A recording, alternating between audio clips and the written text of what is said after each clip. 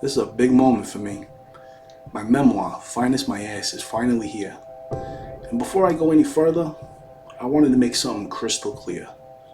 This book wasn't written out of anger, not out of revenge, not to expose anybody. This is about healing, about finally making peace with a part of my life that nearly broke me. I still support law enforcement, I still respect the badge, and I fully support the good people who wake up every day and do the job the right way, with integrity, courage, and heart.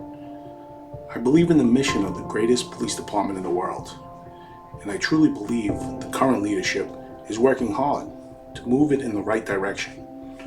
I might not always agree with every decision, but I stand behind the direction this city and its agencies are trying to go.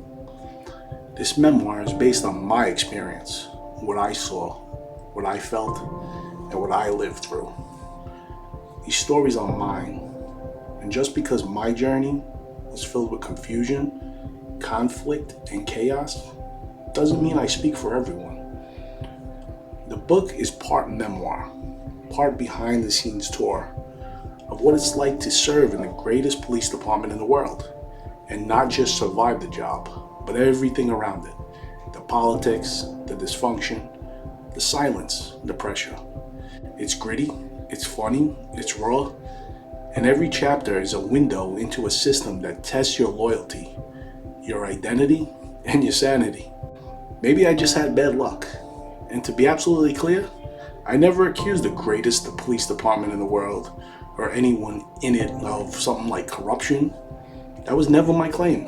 What I saw, what I felt, looked like favoritism, poor supervision, and bad ethics. But illegal, I never said that. I couldn't say that, and I don't. I don't write this to point fingers. I wrote it to let go. You're not going to find any disclosed or confidential information in my book. None. I was trusted with extremely sensitive material in my career. And that trust has never been and will never be broken. Every name is changed. Every identity is protected.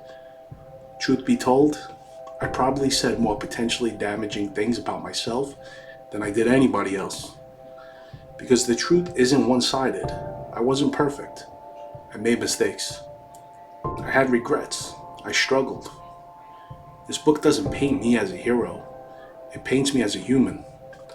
I'm not trying to gain anything from my service. I'm not trying to benefit from what I was exposed to.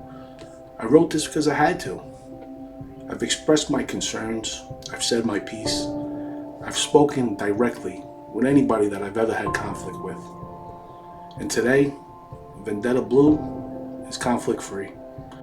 I stand in full cooperation and support of all New York City agencies, even when we disagree. And for me, hearing from my old coworkers telling me that they're proud that I wrote this, that means the world to me.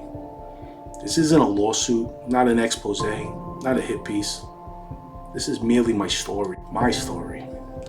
And like the writer Anne Lamott once said, you own everything that happened to you. Tell your stories.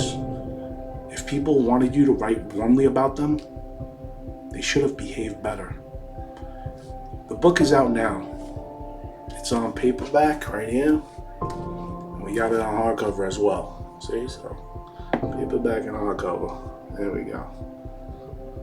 It's also on ebook. And we'll see down the road. Maybe we'll get audiobook too. This is what it was like to survive the greatest show on earth.